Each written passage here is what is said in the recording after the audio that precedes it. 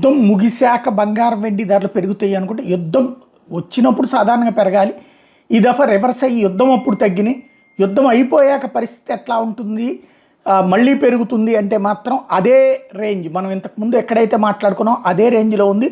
ఇప్పుడు తాజాగా ఆర్నమెంట్ బంగారం వచ్చేటప్పటికి ఇది 24 క్యారెట్ల బంగారం వచ్చేటప్పటికి 1,54,000 హైదరాబాద్లో ఉంటే విజయవాడలో 1,49,000, పొద్దుటూరు 1,52,000, రాజమండ్రి 1,50,000, విశాఖపట్నం 1,50,000.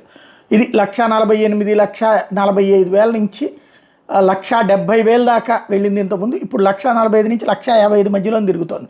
అదే సందర్భంలో ఆర్నమెంట్ బంగారం వచ్చేటికి 22 క్యారెట్ల బంగారం వచ్చేటికి ఇంతకుముందే మనం చెప్పుకున్నట్టు 1,28,000-1,25,000 నుంచి 1,40,000 మధ్యలో తిరుగుతుంది. ఇప్పుడు హైదరాబాద్ 1,38,750, విజయవాడలో 1,38,350, పొద్దుటూరు 1,39,930, రాజమండ్రి 1,38,350, విశాఖపట్నం 1,38,350 ఉంది.